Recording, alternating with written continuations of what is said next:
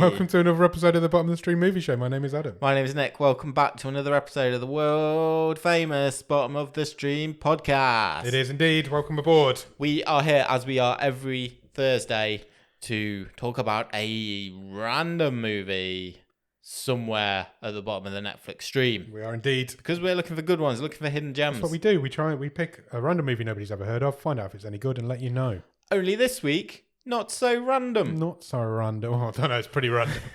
Because, not so randomly chosen. No.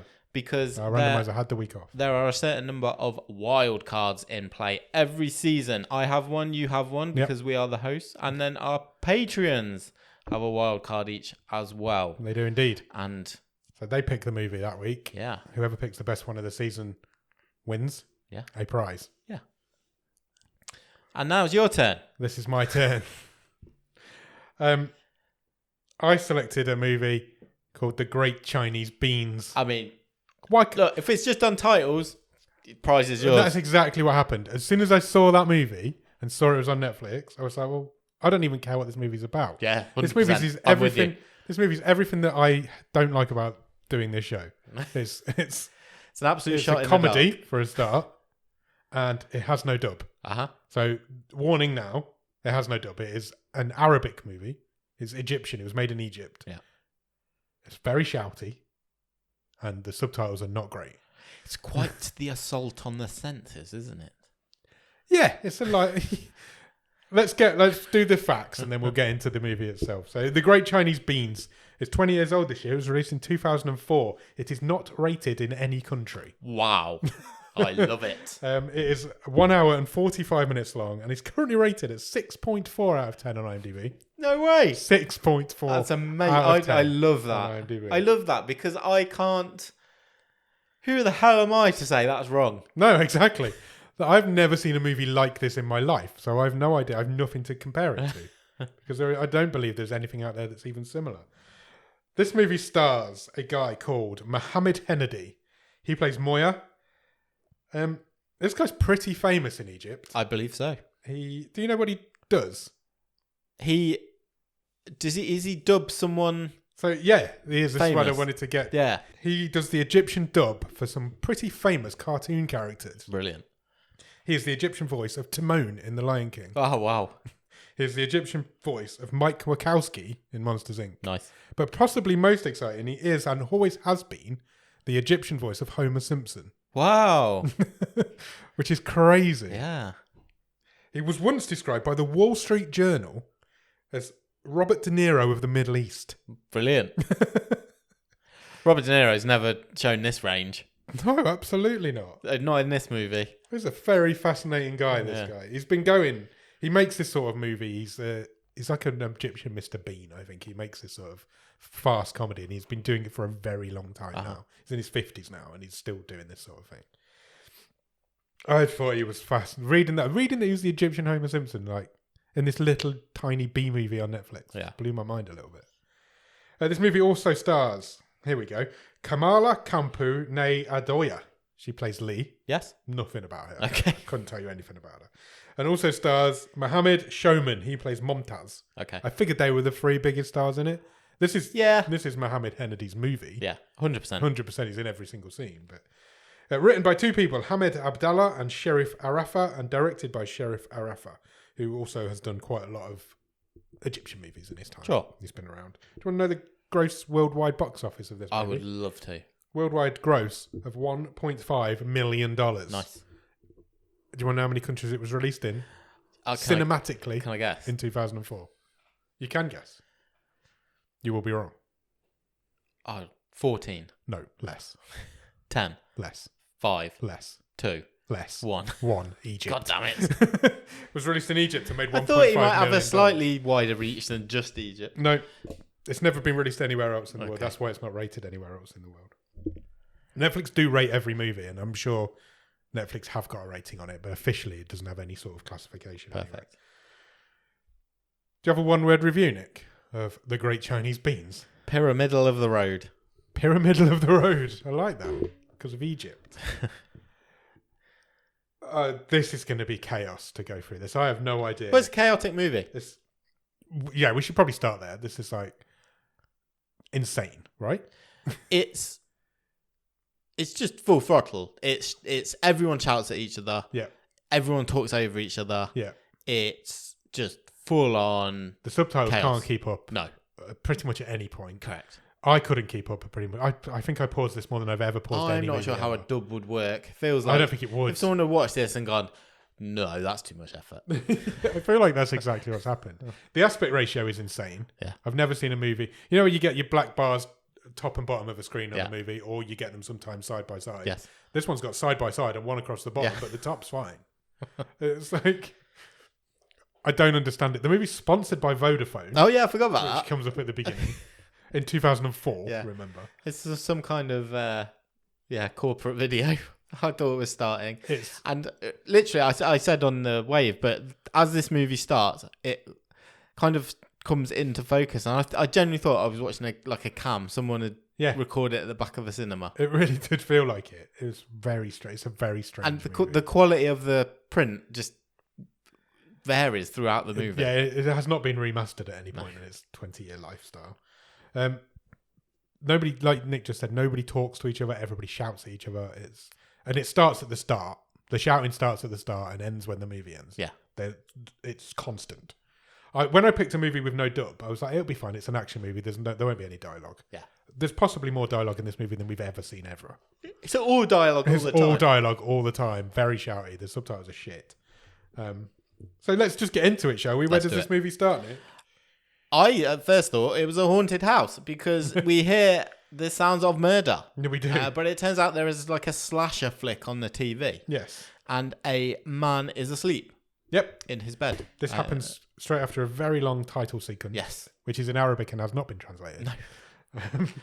And Yeah, so there's a man asleep. yes, with this movie playing in the background, and then he is awoken. He falls out of bed. He falls out of bed because he's like almost reenacting these movie scenes Yeah, in his sleep. he's like driving fighting around. or avoiding the Yeah. killer, like he's having a dream. And he grabs the remote control, turns off the TV, gets back into bed, all without opening his eyes. Pretty much. never opens his eyes once. We then cut to the outside of this very same room. Yeah. And there is another man scaling the drain pipe with Yes. a bag on his back. He is. He's about to break into this man's room. He's in through the window. Straight in through the window. Wakes him up straight away. Wakes him up, but he's almost Moyes trying to not be awake. This is the joke, isn't it? He's Yeah. pretending to be asleep, even though this incompetent cat burglar is sort of Climbing on him. He Yeah. lands on him through the window sort of onto dry his bed. humping him, Yeah. just trying to get over the bed and knocking all the stuff off the shelves. He's and- also got a very irritating cough. yes, the This burglar has, burglar's yeah. got this cough constantly. And at one point he turns to what are we calling him? Moya. Moya. That's what I'm calling him. Yeah, that's fine. His name is. And he says, "Are you awake?" Yep. Well, And Moya says, "No." no. He says, no, I'm not awake. And then he starts screaming at him for not being awake. Yeah. This burglar man does. All the while coughing. And then Moya says, look, there's some cough medicine in the He says, cupboard. "There's no money." There's no money. I've got some cough mixture. It's Do you like, want if that? you need money, you need to go to my grandpa's Yeah. room. He's got all the cash. But there's cough medicine in the cabinet. Yeah, so he takes some cough medicine, this man, which instantly stops him coughing. And then, as this guy leaves to go to Moya's grandfather's room, 3 other men break into his Yeah. room through the door, and they turn out to be his uncles. And they're just like pratfalling around, aren't they? Yeah. Tripping over each other. It's these- all goes a bit These are slapstick. 3 older men who are shouting, all 3 of them are shouting the same thing at the same time to the same man. Yeah. And they're like, "Your granddad needs to see you. Grandpa wants to see you. Yeah. He wants to kill you, but we've got to take you alive." All these 3 uncles want to kill Moya all the way through Yeah, the movie. they as hate well. him. They hate him. So they're like, It's a disappointment. Grandpa wants him alive, we can't kill him. And it turned out that this robbery was a loyalty test. Yes. Because his grandpa's like a big gangster in Yeah. Cairo. So you wherever go it is. through to Grandpa's, I guess, throne room kind of thing. Yeah. And the thief is there standing next to him. Yes.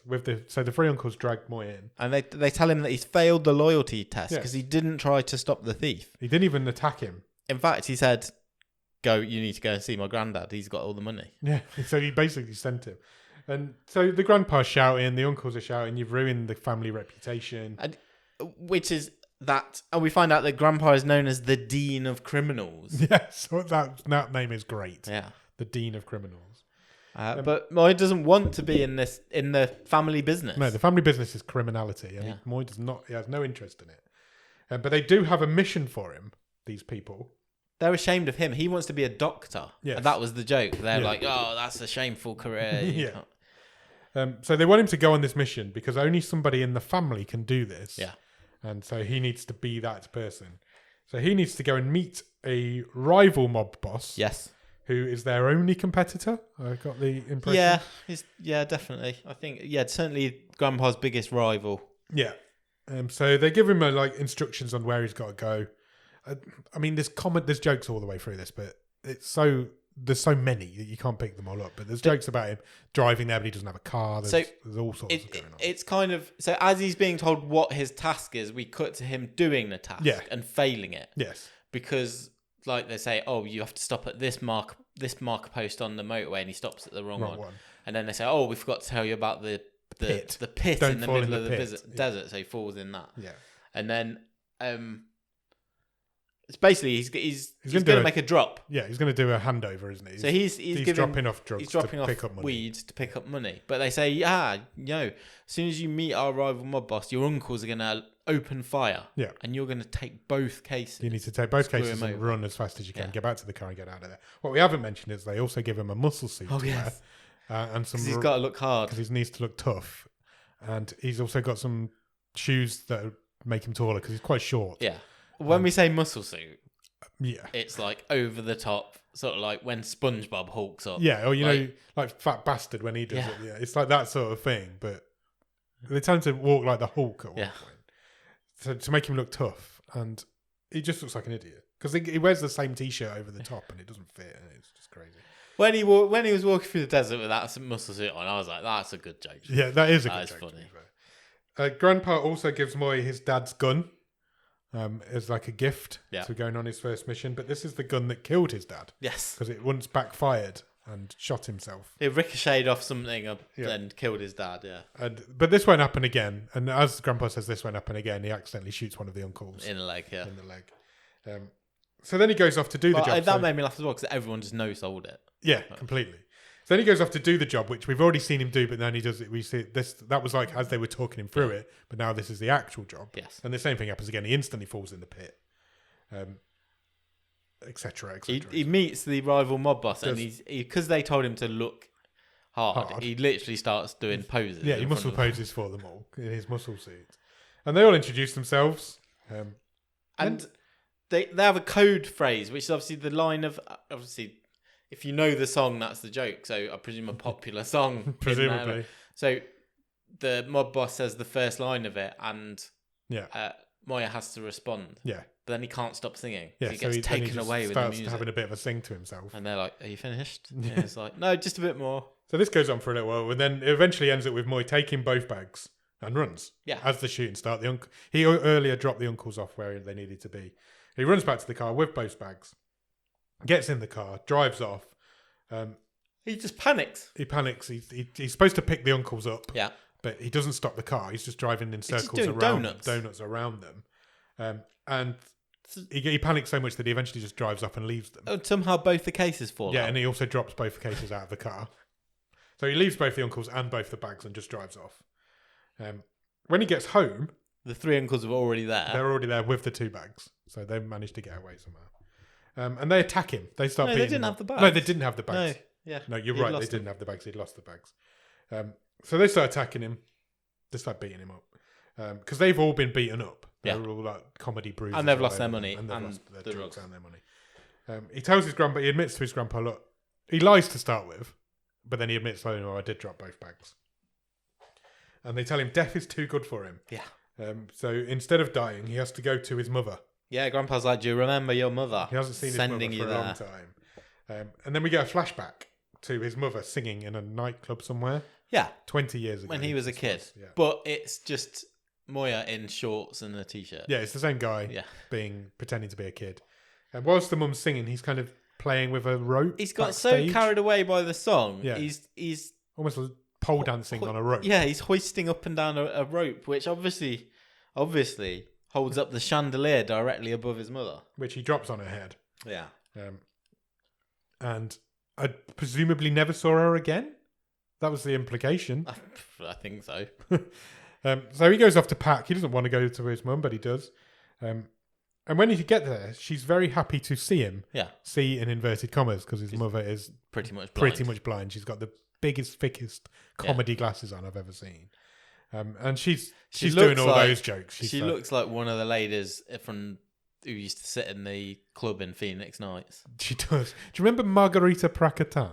No. I have no idea what you've just said to me. Is that a drink? So is a pizza? I'm talking, we're going back a long time. This was in the 90s, I think. There was a Latino lady who used to be on late night TV over here. She used to sing. Sorry. She was on, I want to say she was on Clive Anderson's chat show. I've no idea. You've lost me. I'm going to find you a clip. This is because you're older than me. But she really I'm like 2 days older than you. She really reminded me of that. Sounds like a tennis player. I'm going to find you a clip later. She reminded me of that. She was like an old woman singer. Anyway. If that person's real, when was the last time you thought of her? 30 years ago. That person is real. That person is real. And I would be very surprised if you don't recognise her when you see her. Okay. We had a very similar upbringing, Nick. He then meets his mum's husband for the first time. And Farouk. And he's a chef. He is. We get introduced to him as a chef. His mum wants him Moy to become a dancer. Yeah, she says that's your true calling. Yeah. Join my troupe. Yeah. So he agrees to do that. He starts dancing a little bit. And we find out that Farouk must be quite a good chef because he's going to China soon. Yes, going to compete in an international competition. Food competition, they call it. He doesn't want to go, though. No. He tells I've written boss, but I think maybe agent. I don't know. Yeah. He tells somebody that he doesn't want to go, but this guy's not even listening to him. He has to go. After that scene, we go back to Moy and the mother, and now Grandpa and the uncles have shown up. Yeah. Because they say this is worse than we thought. The other gangster dude has put out a hit on Moy. Yeah. And he's now in danger. There's a hitman coming after him. So Farouk sees, I've got a solution here. I don't want to go to China. We need to hide this guy. Let's send him to China. Yeah. And everyone thinks it's a fantastic... Everyone loves the idea, apart from Moy. Moy does not want to go to China. He will take it... Farouk says he'll briefly teach him some stuff. Yeah. And then he can go and be in this cooking competition in China. We then cut to his mother and his mother's boyfriend / husband. Yeah. Dragging him through the airport. Yes. There was a nice line here because he said, I've never even been on a train. I don't want to go on a plane. Yeah. So he does not want to go. But he gets to the airport. He's worried the plane's going to crash. Yeah, he befriends someone in the canteen. Yeah. This is a businessman, I think. Yes. Called Momtaz. Yes, Momtaz. Who's like, oh, yeah. He also doesn't want to go on the plane. He's like, I've been on a plane before. Yeah. Had some real close calls. But he's like, and today's like the most dangerous day to ever go on a plane because a plane crashed yesterday. And then over the tannoy, there's an announcement which says, any families or friends from flight, whatever, just to let you know, all the bodies have arrived in the baggage hall. Go back to the baggage hall to claim the remains. So Moy's panicking even more now. This guy's like talking about how the plane's definitely going to crash. And then he says to Momtaz says to him, where are you going? He says, I'm going to China. Or we're going to be on the same plane. Yeah. That sort of thing happens. Moy's proper freaking out. And he eventually does get on the plane. And guess who he's sitting next to? Yeah, it's Momtaz. Momtaz. And a weird Chinese guy who just giggles and stares at him constantly. Very freaky, this character. Yeah, creepy guy. He's just staring at him and giggling constantly on his other side.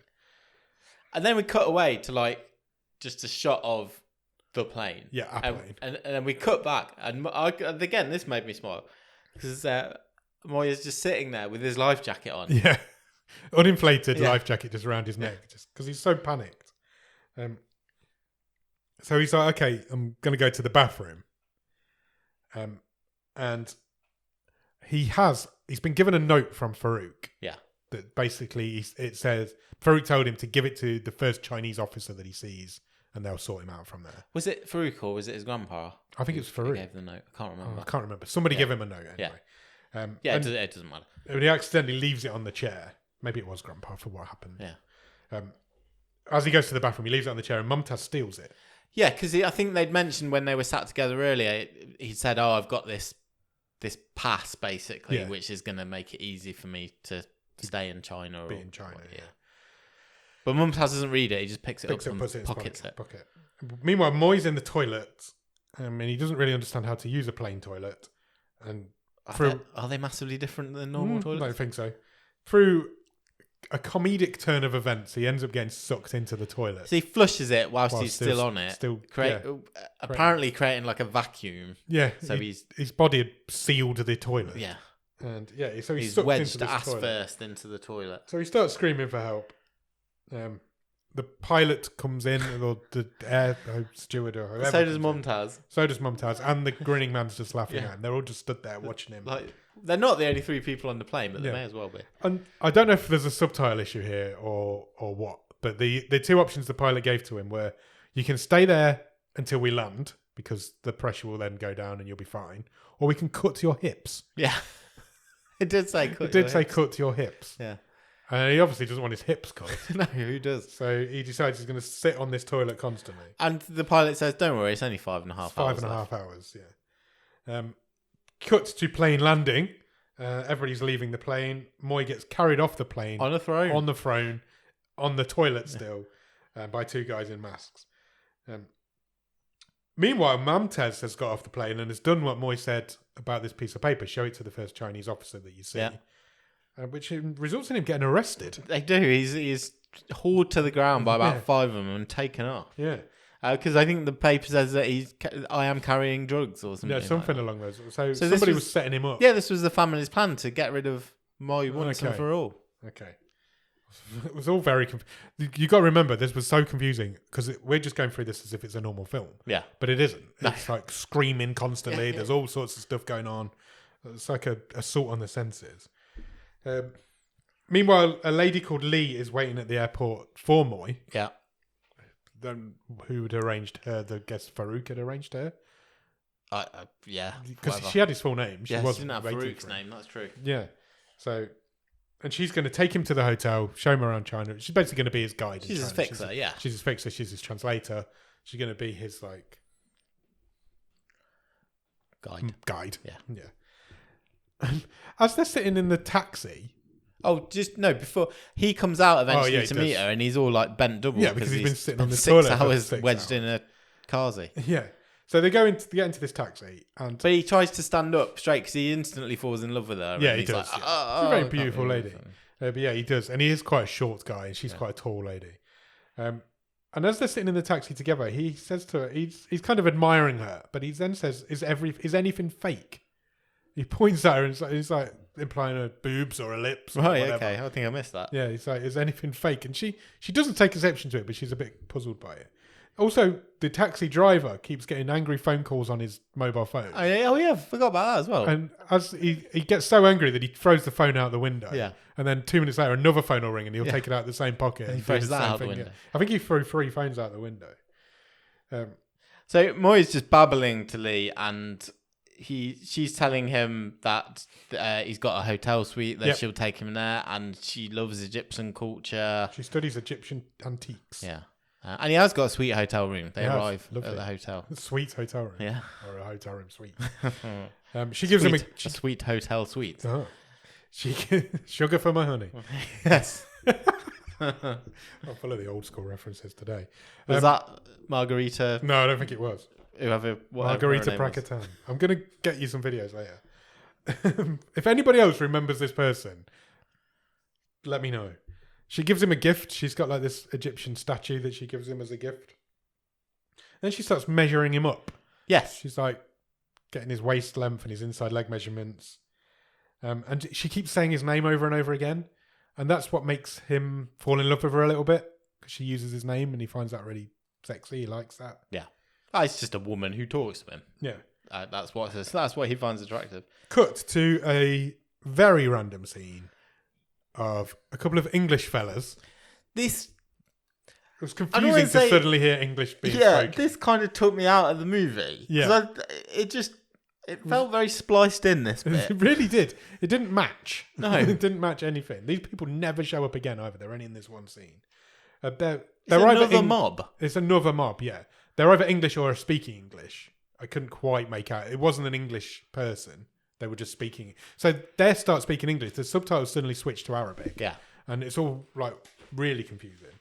And they're basically talking about how they want to take out the chairman of the jury. I don't know why. No. But yeah, they want the chairman of this food competition jury assassinated. Yeah, they want to assassinate him. And coincidentally, they found out that in the competition is Moy, who is a member of one of the biggest crime families in Egypt. Yeah. So he will definitely be up for poisoning somebody. So they're going to use him because he's from a family of crooks. He'll be up for it. Yeah. Yeah. But they I'm have glad hired, you understood that the same way. But they have also hired I wouldn't say assassin, a heavy, I guess, called Yong. Yeah. Whose job it is to convince Moy to do the job. Yes. And make sure it happens. Yeah. The next morning, Lee. And then we never see. You're right. After that, we never see those people again. Bosses again. We see Yong again. Yeah. Next morning, Lee goes in to wake up Moy. She gives him his new gear, his like chef's clothes. I would say chef's whites, but they were black. And he goes to change. He looks nice, and then he's all done up. And then the fax machine in the room goes off. Fax machine. And it's a picture of this dude's face, this young dude. Yeah. And the subtitle basically, I think it says something like, "I am your friend." Yes. And that's all it says. Neither of them know who he is or where this fax has come from. I think it's basically this man will meet you later or whatever. Yeah, but the subtitle just says, "I am your friend." So we're cut from that. There's I guess, party going on. It's like a welcome party for all the competitors. Everybody who's involved in this competition's there. So he goes off to meet some other chefs. And he latches on to another chef who can speak Arabic. Yes. He's from Beirut. Yes, he was. Rami, is it? I think his name? Yes, maybe. Chef Rami, I think. But he's being interviewed on TV. He is. And Moy just keeps shouting at him. And he's like, "Oh, I'll leave you alone. I'll leave you alone. You've been interviewed." And then he'll run back in. He'll come back and say, "Oh, I just wanted to ask you about this." He's excited because somebody else is speaking Arabic and he hasn't spoken to anybody who's speaking Arabic for ages. And then he gets interviewed for TV himself. He basically says, "I'm going to win. I'm the best chef here." Lee translates for him. I mean, to our knowledge, Moy's got no chef skills. No. But, well, maybe he has. We'll find out. Maybe. Then, whilst he's being interviewed, he spots the man from the fax in the background. And then he goes on like a date with Lee. Yeah, well, I think she's wandering just through the town showing him at night time. She's just showing him the town, isn't she? And he goes on about how he's considered tall in Egypt. I thought this was, to be fair, a nice exchange. Yeah. And I know we're only getting it through subtitles, but I think that it's just, again, it's a solid joke. So she's basically saying, "Are all Egyptians as short as you?" Yeah. And Moy says, I'm tall. Yeah, I'm considered tall in Egypt. This is tall. And she's like, "Oh, I really like tall guys." Yeah. And he likes that. And he's tiny, this guy. Yeah. He thinks he's tall. Yeah. She thinks he's tiny. Yeah. And then a couple of other ladies latch onto him and like start hugging and kissing him. He's like, "I love this country." I'm suddenly getting all this in, and she's like, "They're prostitutes." Yeah, they just want your money. And he doesn't believe that, and then she says to the ladies he hasn't got any money, and they just both clear off. Then when he gets back to his hotel room, Moy gets back to his hotel room, Mumtaz is there. He collapsed in the corridor. In a heap on the floor, covered in bruises and blood. And he's been through hell by the looks of him. He's been interrogated and released.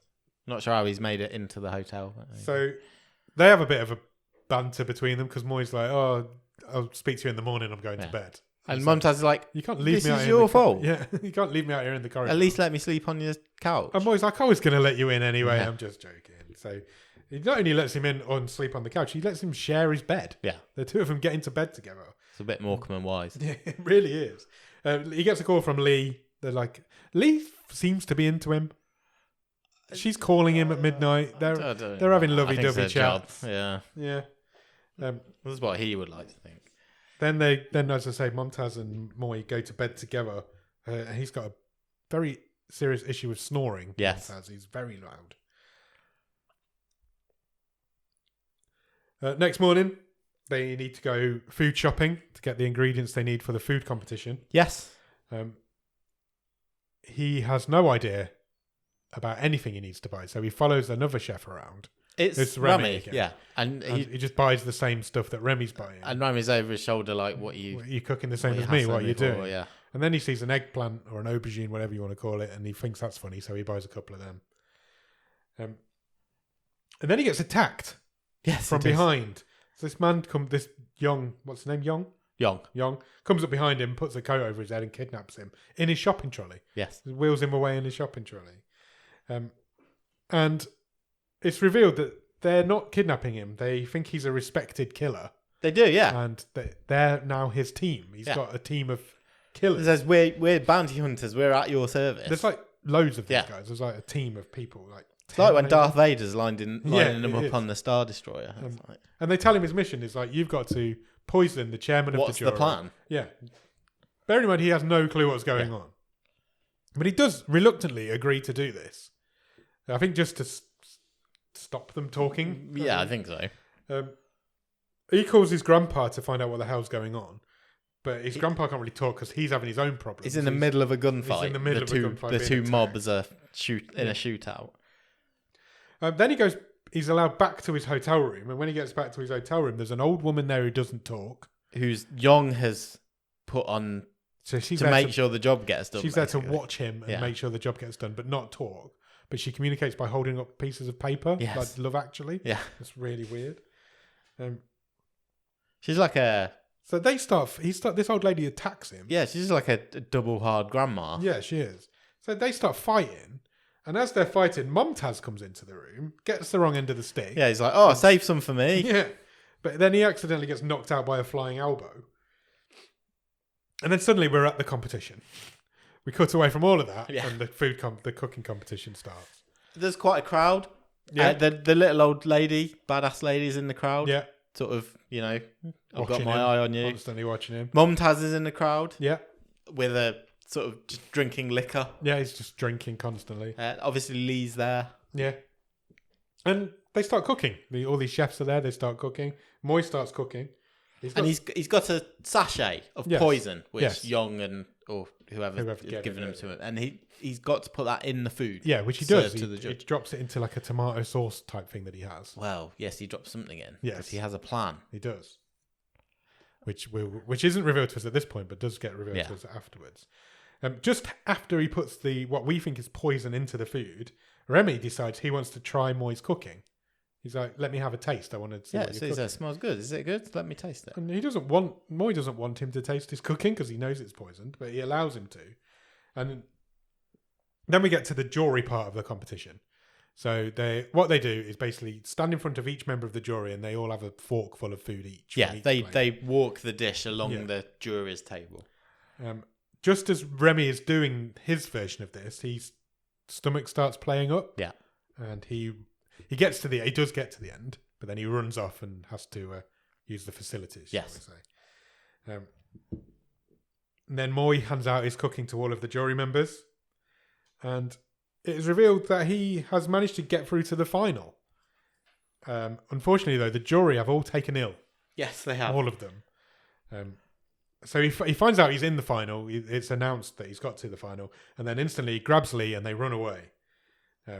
And as he's running down the stairs, the old lady's coming up the stairs with a briefcase. And she's like, here's your cut. Well done. Payoff, Thank you for doing that. You're done. You're out. So they run off. They keep running. They get in a cab and they get out of there.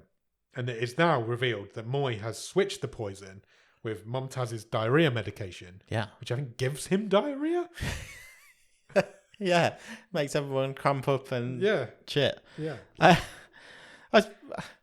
suppose it's like to encourage movement, I guess. Mumtaz, though, finds another packet of powder, which he thinks is his diarrhea medication. Yeah, but no, it's the poison. It's the poison that Moy dropped. Yeah. Moy can't find it. He left quickly. Yeah.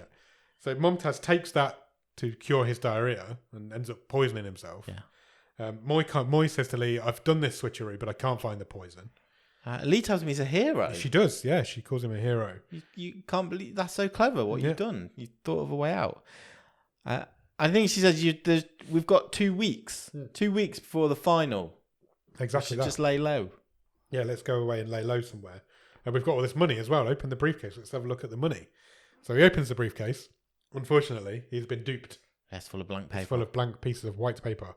And when he pulls enough of these white papers out, it is revealed also that there is a bomb underneath the white paper. The taxi driver at this point pulls over, says, I've just got to go use the facilities. But locks them in the car back in a minute. because he's involved in this. He is. And Moy gives up on life. Yes. Like, again, shouting, it's like a 26-second timer going off. Yeah, same. It's not long. Same as when he was getting on the aeroplane. Yeah, just they can't get out, so he's like, I'm done. I'm gonna die. Lee, meanwhile, kicks the window out and runs off. Yes. Expecting Moy to follow her out of the window and off. Although he doesn't follow her, he's just sitting in the car still panicking. So she has to drag him through the window. She goes back, drags him run away. Window, and when they get far enough away from the car, they realise that Moy's still got the briefcase in his hand.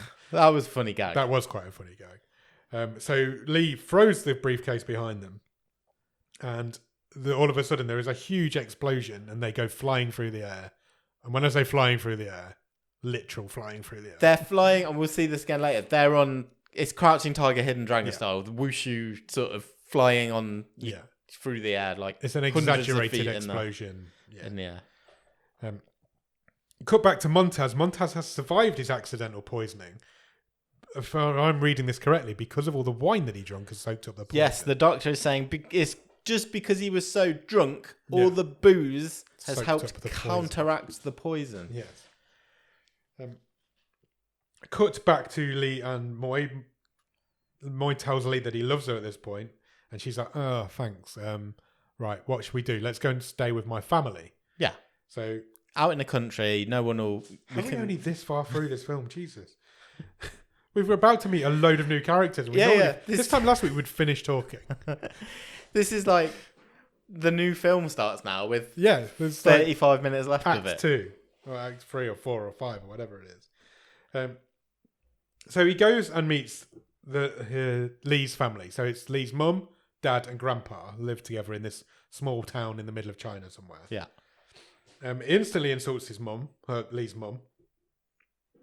He calls her the wrong name and it insults her. I can't remember what he called her. Then he goes to meet the grandpa who is doing some sort of acupuncture on a guy. And he's quite chatty. Yeah, he's friendly enough. But he's got a patient and he's left all the needles in. And this guy's just screaming on the table. Yeah. And then he goes to meet her dad, who is training because he's a fighter. Yeah, he's a martial arts sensei. Yeah. Chinese movie fighter. Yeah. Is what he is. And he just beats a load of dudes up. Yeah, he does. And Moy's like, oh, shit. Yeah. I'm in trouble there. Then they all sit down to eat together. And they've decided to cover up to her family that she's going to tell them that they're in love and they're going to get married. Yeah. So just as a reason why as to why they're there and they need to stay there for a couple of weeks. Yeah. So the family decide that Moy needs to take some marriage tests. Yeah, because he's got to be worthy to join their family. Exactly. So the first thing they do is make him eat cockroaches. Yes. They've got some like fried cockroaches on the table, which he does do, but he just pass out straight away afterwards. Yeah, he eats them very comically. Yeah. He then says goodnight to Lee because they're not allowed to sleep in the same room. Correct. So he's going to go and sleep with her dad in her dad's room, who doesn't appear to sleep in the same room as her mum. But anyway. And then there's this whole scene where Moy is shouting in Arabic. Yeah. The dad's shouting in Mandarin, and neither of them can understand each other. And Moy is declaring his love for Lee, and the dad's just shouting, "You are a weird little bastard." And it's such a confusing scene, mainly because there's 3 different languages of subtitles also on the screen now. So it's always subtitled into English, and then when Moy's shouting, it's subtitled into Chinese, and when her dad's shouting, it's subtitled into Arabic as well. It's chaos.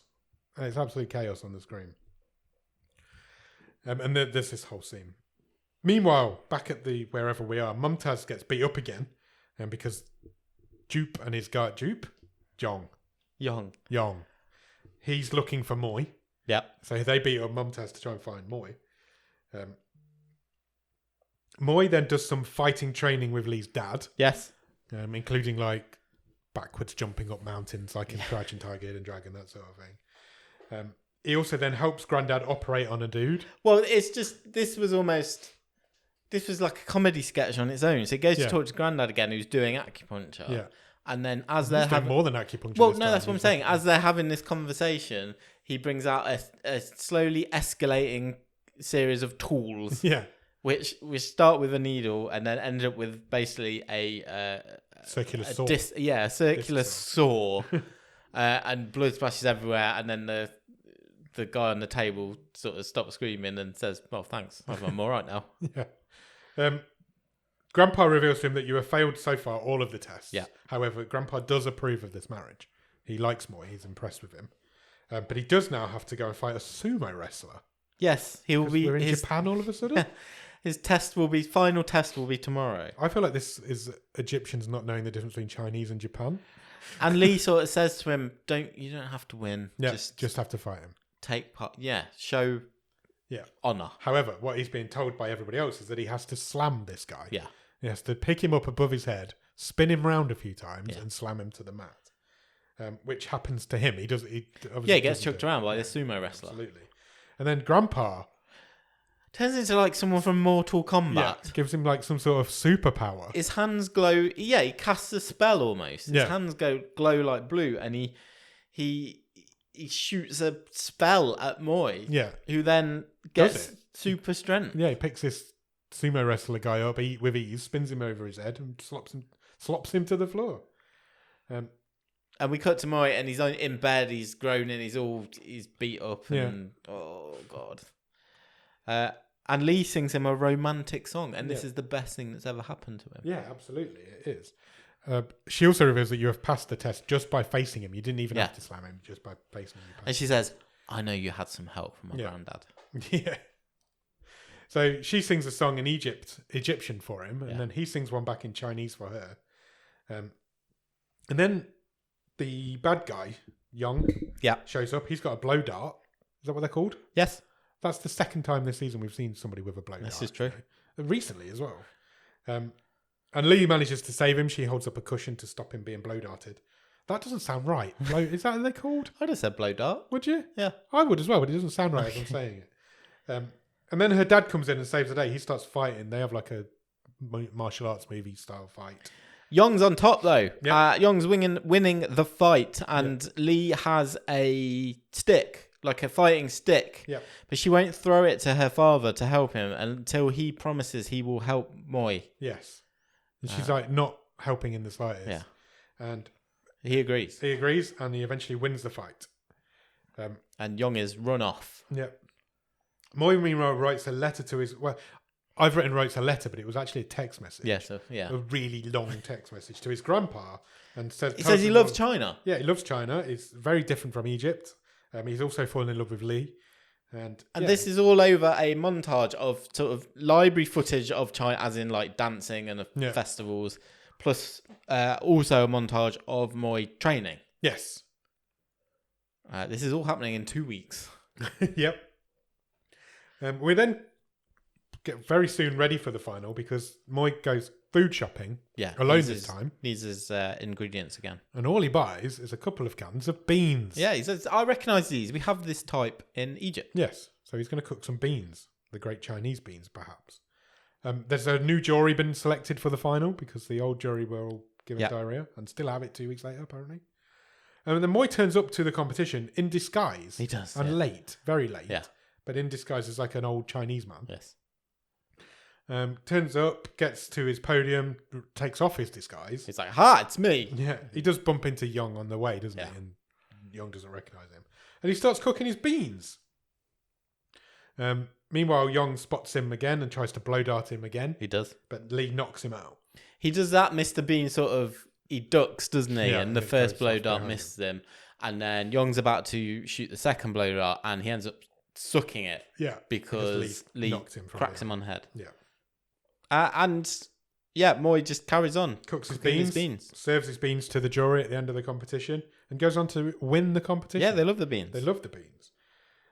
As he is told that he's won the competition, the same scene really, he runs away from the scene because Young's still chasing him down. Yeah. And he managed to get away. He gets to a park. He does, where a whole tribe of people surround him. It's all the bounty hunters from earlier, plus about another 40. Yes. And then Lee's family show up. The family. I like that. To make the save. And there's a big martial arts movie type fight scene. But it's all wire work. Yeah. So it's not realistic martial arts. Yeah, it's like Crouching Tiger and Dragon type of. It's people. It's the same as what he was watching at the beginning of the movie. It's a callback. I've written here that has to be seen to be believed because it's awful. We've now got a sort of It goes on for ages as well. Yeah, we've gone from this comedy and we've now got a martial arts movie on our hands. It's just going on. And it's not even good. It's not good martial arts. It's really slow. No. You can see the wires most of the time. Everybody's flying around all over the place. Moy's he just gets beat up. He gets thrown into a tree. Yeah. Everybody's down except for, I think it was their dad and Yong. Yeah. And Moy manages to climb up a tree, and he wins the fight by diving out of the tree onto the bad guy. Okay. Onto Yong, and that's the end of the fight. He kind of rescues her dad by diving out of this tree. And then after all of this, Moy's like, right, I'm going back to Egypt. Yes. He's like, thanks for all your help, Lee. He says his goodbyes to Lee and her family. And he's like, I'm going back to Egypt because I'm going to open a beans restaurant. Yes, he says he got like 20 grand from the competition. Yeah, I think so. Something like that. And he's going to open this beans restaurant. So she says, well, I'll come out. I'll come and visit. Or he says, I'm going to open a beans restaurant. It's going to be really successful. And then I'm going to buy you an apartment and I want you to come and live with me. Yeah. Just before he leaves, Grandpa comes up to Moy and he's like, I'm in a bit of financial trouble. I need to. I know some bad people as well. Can I borrow some money? I need to borrow pretty much all of the money that you've just won. And Moy's like, okay. He agrees to let this guy have some money. But that's a test. He's like testing him again. And he's like, I don't need your money. I've got loads of money. Thank you. You can marry my granddaughter, whatever. Moy then gets on a plane. And guess who he's sitting next to on the plane home? Sitting next to a heavily bandaged Montaz. And the movie ends while Montaz is like, you seem very relaxed after all this, and I've had a terrible time.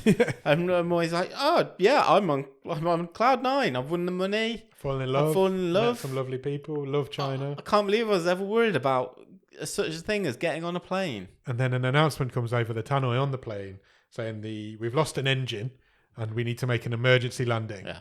And that is how your. And he starts to panic like old Moy did. Yeah. And that is how your movie ends. And then there's just a slight gag reel of them filming the... I think it was more like a making of. Yeah, it was like kind of like the Jackie Chan thing, wasn't it? This is how we did the stunt. Yeah, this is the big stunt with the explosion and we go and fly up in the air. And they were really scared. Neither of them wanted to do it and they got picked up by these harnesses. That was a movie, Nick. Yeah. I mean, I don't know how we rate this. Did I enjoy... Do you know what? I've enjoyed talking about it, but it dragged. It really drags. Yeah. Because it's fucking chaotic from start to finish. It's exhausting. It is. It's really tiring. When you sent me a message saying you'd done 20 minutes 20 minutes in, at like 9:30. Yeah. I thought you've got a long night ahead of you. Yeah, it was about 11 by the time I finished it, I think. I stopped a few times and was I had to stop a bit dismayed of how much was left. Yeah. I had to stop quite a few times to write notes. Yeah. I got to the point where I was watching a full scene, pausing it, writing my notes on it. Yeah. And then carrying on. And that's why it took me so long to watch it, I think. But it did seem to go on for fucking ages. When we're talking about it, and we've obviously condensed it, made it a bit more concise. But we've told you the story of the movie. Yeah. The movie doesn't tell you the story of the movie. But it's just so full on. It's just everyone shouts at each other all the time. Yeah. It's just chaos. Yeah. It's absolute chaos. There's no subtlety here. It is just in your face, stressful. I feel like the Egyptian version of the Safdie brothers have made this movie. It's like pure chaos. But it's if the Safdie brothers did Mr. Bean. Yeah. It's exactly what it is. That's a great way to put it. It's a Safdie bean. And it's even got beans in the title. I have. Except it's the opposite of Mr. Bean because Mr. Bean doesn't talk. And this guy never stops. Literally, from start to finish, he never stops. I've never seen anything like this in my life. I'm not 100% sure I want to ever see anything like it again. It's funny in parts. But there's some good lines in it. There's some good jokes in it. But it doesn't... I don't think the subtitles do it any favour. No, the subtitles are awful. And it looks awful. That's just time that makes it look terrible. Aged well. And it's... I would say this quite often. I'm glad I've seen it because I would never have seen it if it wasn't for the show. I guarantee you nobody's ever done a podcast on it before. But it was a tough watch. It was a tough watch. But who am I to say it's a bad film? No, I can say I didn't enjoy it. I don't think it's a bad film. But I don't think it is a bad film. I don't think it's a bad film. The story's there from start to finish. The story's nonsense. I mean, they get sent to China to be in a cooking competition. All rotten, doesn't it? From it's why these guys? Why he was given a team of like commandos to kill this head of the jury. Yeah. And then all of a sudden they're all over him trying to kill him. You've got 3 loosely connected movies. You've got you've got Act 1 where he's with his uncles and granddad and not going in the family business. Yeah. You've got Act 2 where he's arriving in China. There's all the cultural mishaps and doing the competition, and then you've got Act 3. It's a martial arts movie, and he's learning. But then there's all these like kung fu, and there's all these like loose ends that have left from the other 2 acts that are never tied up. Because you never see his grandpa again, you never see his uncles again. No. All these characters that are established. Did they win the mob war? Exactly. You establish all these characters at the beginning, and then you never see them again. It's really weird. It's batshit crazy. It's full on. It's intense. But I don't think you can say it's a bad movie. Yeah. It's just a unique movie that I've certainly never seen anything like it. Are you glad you picked it? Yeah, I'm glad I've seen it. I don't go out to win this wildcard competition. I'm quite clear that I'm not going to win this wildcard competition. But this show's all about. This movie is on Netflix. Yeah, which is mind-boggling because it isn't in the right aspect ratio. It makes no sense. It's never really. It's only had like 100 reviews on IMDb, but it is there and it is available for anybody who's got Netflix can sit and watch this movie. And that's what this show's all about. It's finding this sort of thing hidden at the bottom of Netflix. Sure. And that's why I picked it, because it's as bottom of the stream as bottom of the stream can ever get. Yeah. Talking of stream table, shall we do the stream table? Yeah, let's do that.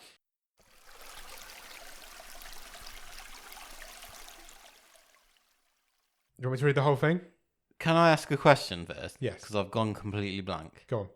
I have no memory of one of these movies. I need you to jog my memory. Okay. Which one? What was Bloody New Year? That was the 80s movie where they went to that hotel in Wales. Oh, okay. Where the carnies were chasing them. Yeah. Okay. The guy from Shaun of the Dead. Yeah, that feels... How have you not remembered that? Feels like a long time ago. Some of these movies do feel think like it was. a long time ago. It wasn't. It was like 4 weeks ago, maybe. Do you want me to establish where the current wildcards are in the table? Yeah, sure. Well, I'll read through the whole table, and as we go, if I can remember what the wildcards were, I will tell you. Can you stop me if I miss one? Okay. Currently number 19 in the stream table is Meet the Blacks. 18 is Riptide. 17 is Hard Feelings. 16 is Bloody New Year. 15 is the Utah Cabin Murders. 14 is Strange Ways, Here We Come. 13 is... I have no idea where these wildcards are, by the way. 13 is Rogue Agent. That was a wild card. Was it? That was Sam's wild card. Sam's wild card was Rogue Agent. Okay, 13th. 12th is Mad Dogs. That was my wild card. Yeah, it was. Correct. 11th is Hypnotic. 10th is The Influence. 9th is Sundogs. 8th is Green Sea. 7 is Bubble. 6 is Finder's Fee. 5 is Ambush. 4 is The Girl in the Yellow Jumper. 3 is 60 Minutes. That was Ross's wild card. Yes, correct. Number 2 is The Call. That was Alex's wild card. And he's currently winning this race. Yes. And number 1 is The Lost Patient currently. So we have to slot in there The Great Chinese Beans, which was my wild card. I think it's the best wild card we've seen all season. I think it goes at number 2. I'm joking. I'm clearly joking. But Alex's heart's just skipped a beat, which I really enjoy. Thoughts, Nick? Where does this go? Do you want me to just give you a number? Yep. 16th. After Bloody New Year or before Bloody New Year? Before, because that would be 16. Oh, yeah, good. So you're saying it's better than Bloody New Year, but not as good as the Utah Cabin Murders? Yes. Okay. I don't agree. Okay. But not by much. I think Bloody New Year is better. Okay. I'd go one lower. One lower. Yes. Which I know you're not going to give a shit about. Not really. You didn't even know what Bloody New Year was. No, exactly. You're not going to argue for it. Do what you want. I just feel like I had more fun with Bloody New Year than I did with this. Okay. Yeah, that was fine. Yeah? I personally, I just didn't like that very much. So 17th, we're going. I didn't like it very much either. I'm just saying. There's one wild card. You've put your wild card lower. That's on you. I put my wild card at the bottom of the wild card race. There's one wild card left in play. So we'll get that played at some point in the next 5 weeks. Yeah. That's all we've got left of this season. Season 10's about to come to an end. Wow. It's crazy, isn't it? Yeah. Crazy. So I guess all that leaves us to do is pick next week's movie. It does. The 21st episode of this season. Indeed. Anything you want? You got a massive explosion. I did. Movie. You got your explosion. Probably the biggest explosion of the season. It's huge. In which case, my slate is clean. I will take whatever Robin gives me. Okay, let's see what Robin would deliver, shall we? Are you ready? I am. Robin has picked us a movie called Security. Okay. What a terrible name for a movie. Any ideas? None whatsoever. Okay, let me just get on Netflix and have a look. Okay. Oh, interesting. Do you want the synopsis? Yes, please. A security guard protects an 11-year-old girl who has been targeted by a gang for participating as a trial witness. Okay. Action, crime, thriller. You've been begging for an action movie for ages. You want to know who's in this movie, Nick? Yes, please. Antonio Banderas. Oh, good. Again, that's his, third appearance on the show? I think so. Who's in...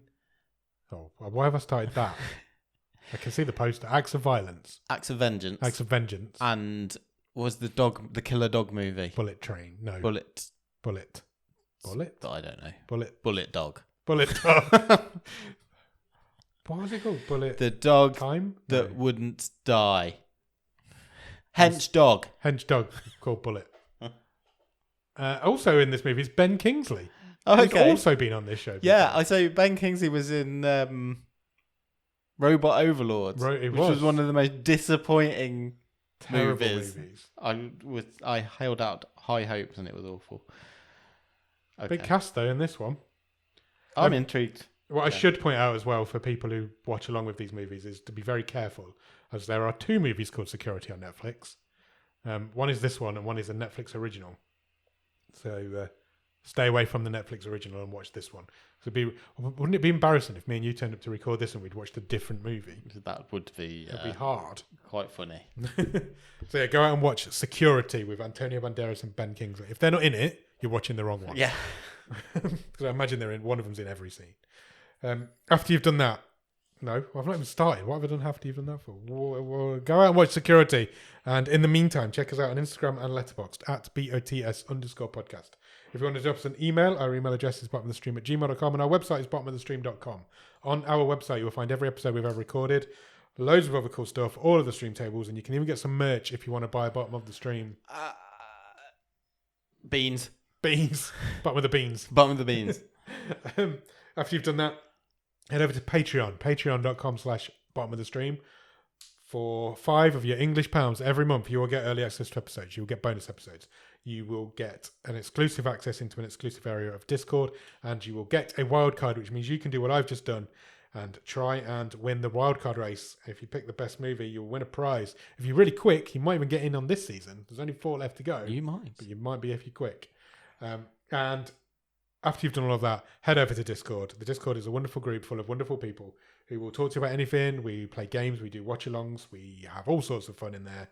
The Discord link is in the bottom of the show notes. Come join us. Please. If you can spare a few minutes, please leave us a rating and review anywhere you can review and rate podcasts. It really helps get us in front of the eyes and ears of more people. And that's what this is all about, spreading the word, making some new friends. Certainly is. You can find us anywhere you find podcasts: Spotify, Apple Podcasts, Podbean, Podchaser, YouTube Music, all the other ones. Come find us. This past Monday, somebody out there downloaded 391 episodes of our podcast. Oh, really? By mistake? Potentially. So if that was you, thank you, because it really boosted our numbers for the month. And I hope you're still listening. I imagine if you've gone through in order... that's a backlog to get through. If you've gone through in order, you're going to be about 3 years before you hear this. But if that was you, thank you for doing it. Yeah, go out and watch Security with Antonio Banderas and Ben Kingsley. And then come back on Monday for The Wave and next Thursday for the movie show. Cheers! Bye!